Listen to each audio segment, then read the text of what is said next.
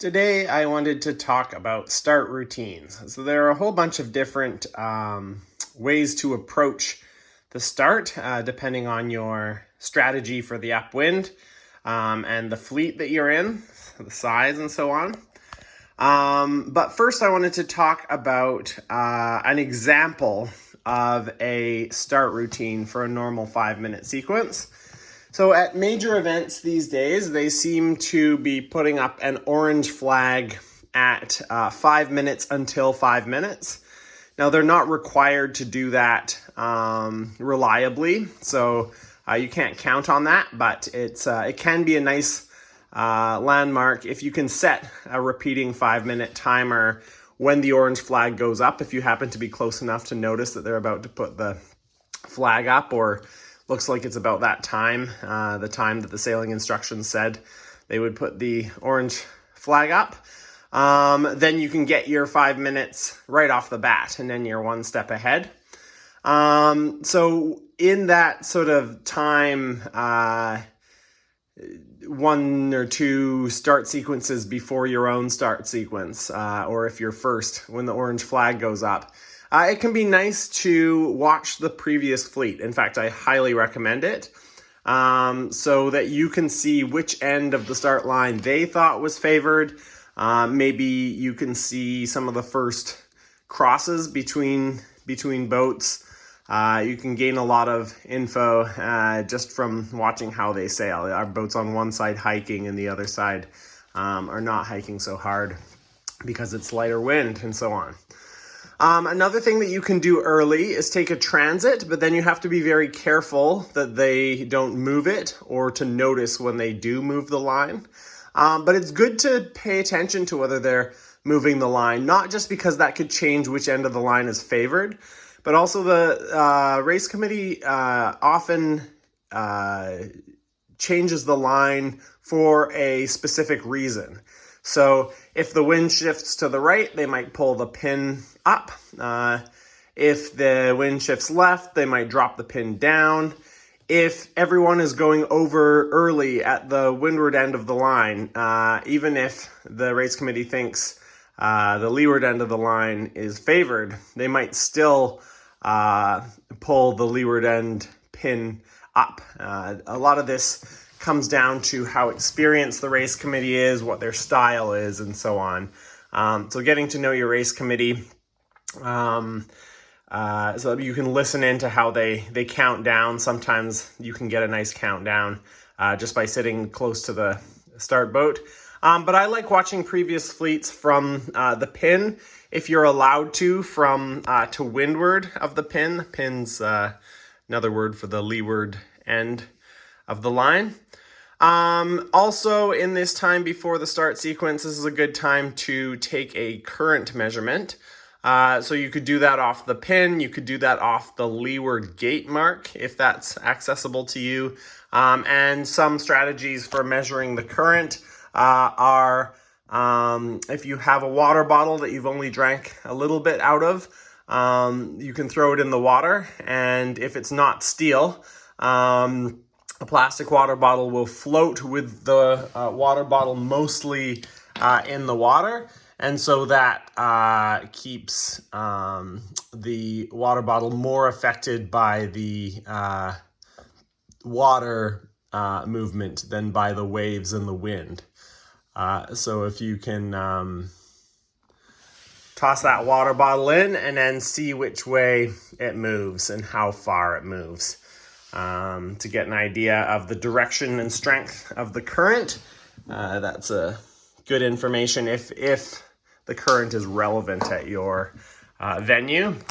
Then at 5 minutes, hopefully you can hear them counting down, or maybe you got the timing for the orange flag, so maybe you can just check that you have the right 5 minutes, or at least get the time one way or other.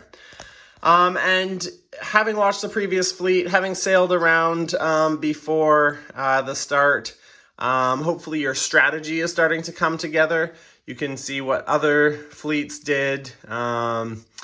And you have to finish up with getting some water to drink, making sure you're not going to be hungry or low energy in the next race.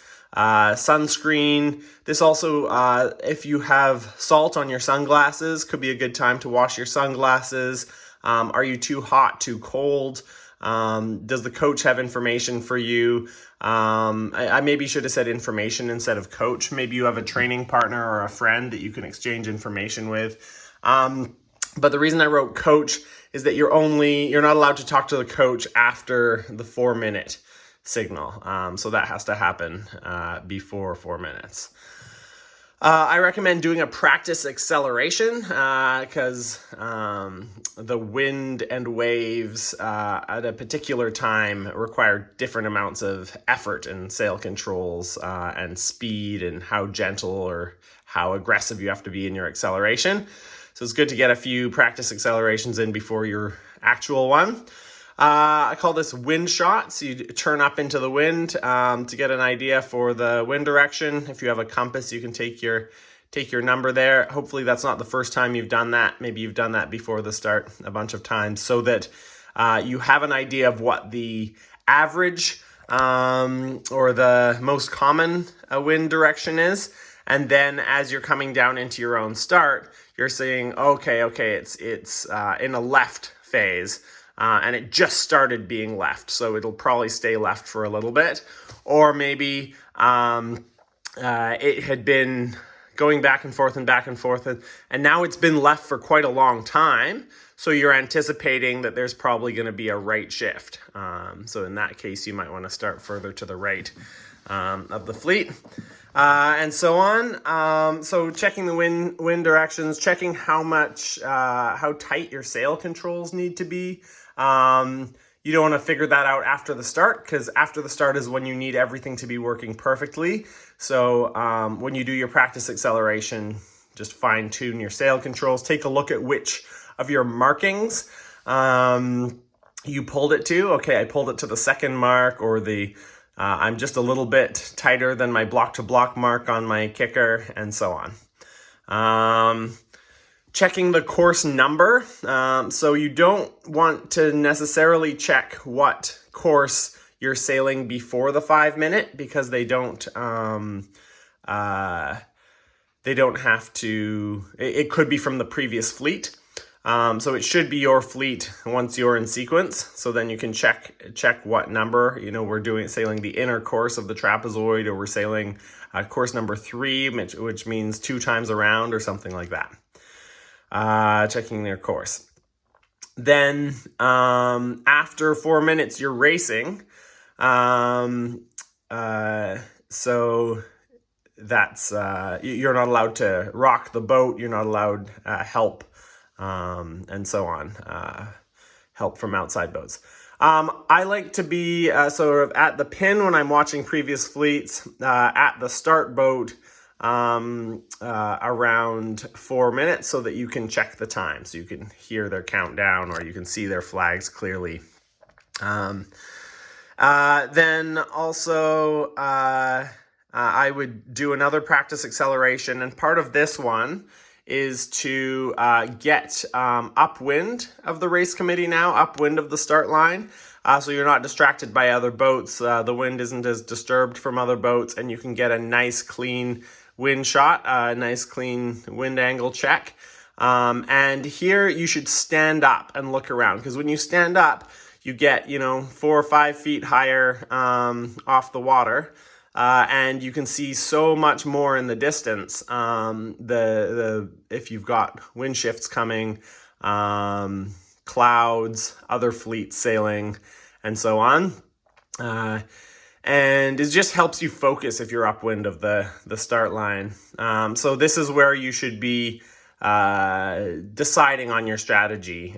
This is sort of your last major new information, other than slight wind shifts that you're taking in. And then once after the 4 minute, in a normal start sequence under Appendix A, I think it is. I could be wrong about that. That might be scoring. They put up the P flag or the U flag or the I flag or the black flag, so they can put up their penalty flags or the normal flag. So you want to just take a look at that so you know for sure whether you have to be extra careful to not be over the line in a black flag, or whether you could dip down last minute if you really had to. Probably not a good idea, but you theoretically could do that in a P flag normal start. Then if there's time, so on a big start line, this could be a bad idea to sail along the line and back because it could take so long and it doesn't really give you that much different information that you could end up out of position for your desired start. If you wanted to start at the race committee boat and you sail to the pin and then you're halfway back by the time it's 2 minutes, that would be a problem. But if you do have time, if it's a fairly short line, get all the perspectives. Go to the other end of the line, come back.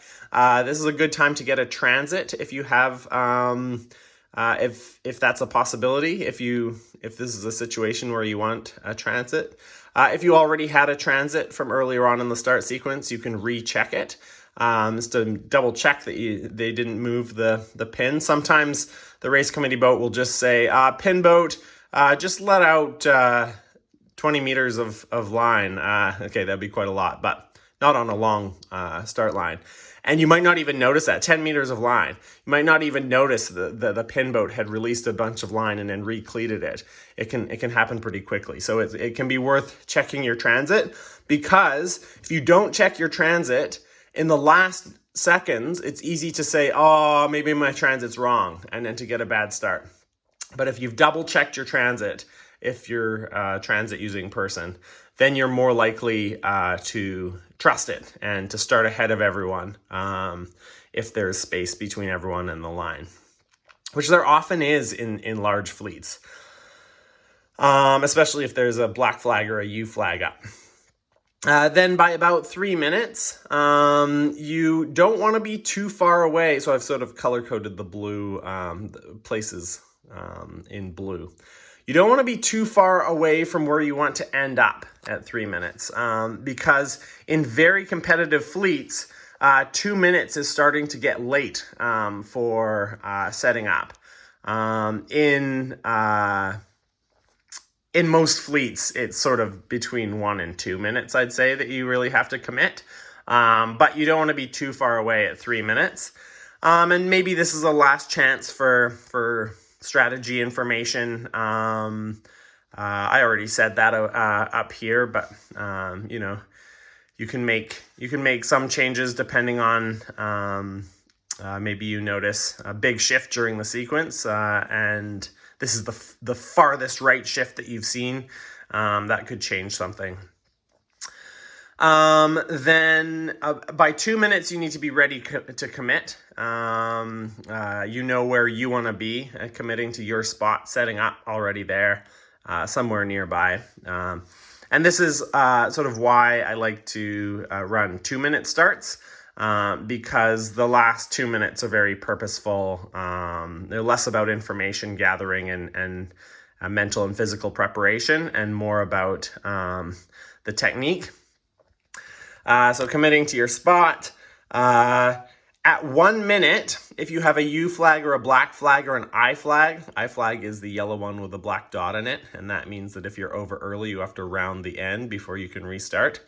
Very common in North America, used to be, not so much anymore. Not so common in Sweden, I hear. So before if you need to bail out by sailing over the line, you need to do that well before the 1 minute. Often at 1 minute and 20 seconds or so, everyone sails way down. If it's a black flag or a U flag, everyone sails way below the start line. So if you have a transit that tells you that you're below the start line, don't stop when you just pass your transit. Continue to sail down with everyone way down below the start line, so that you have more time to accelerate. Then you could have a 15-second acceleration. That would be beautiful. You could be at super full speed when you hit the line. So don't stop just below the line if everyone's sailing down just before 1 minute. At 1 minute, again, you check the time, make sure, okay, I'm 1 second behind on my watch or whatever it is. If it's a very long line, you might have to take into account that there's a bit of a delay in the sound. You can have a one or maybe even 2 second, usually a 1 second delay in the sound. It's nice if you can look at the flag. If it's a professional committee, race committee, the flag should come up at the exact time, and then the sound reaches you when it reaches you. But more amateur race committees tend to give the sound signal to the race officer and then have a volunteer putting the flag up. And sometimes the volunteers are new and they don't understand how important the flag is, and so the flag can come up slowly or at the wrong time. Technically, the flag is more important. The flag is what actually signals the time, but you have to know your race committee. Sometimes it's actually the sound signal that will be correct. So that one's a bit of a judgment call. Checking the time, you probably don't want to bail out unless it's the only good option. After the later you get in the sequence, the worse it is to bail out. So again, you can't bail out after the U flag or black flag is up by sailing over the lines. You'd have to go back or turn around and come back in somewhere else. So if you have to bail out, or you think you might have to bail out, do it sooner rather than later. If you bail out at 20 seconds, you're done. You would be very lucky to get a good start. Set your Outhall and your Cunningham to those settings that you figured out when you're doing your practice accelerations. So making sure that they are already set. So all you have to do is pull the kicker on and accelerate.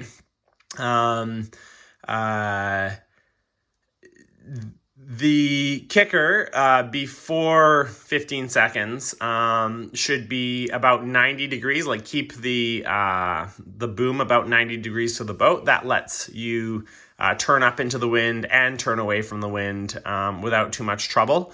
I like the 90 degrees as a reference because 90 degrees is tighter in heavy wind and looser in light wind, as there's more or less pressure on the leech. But then by 15 seconds, you want to get your kicker to your upwind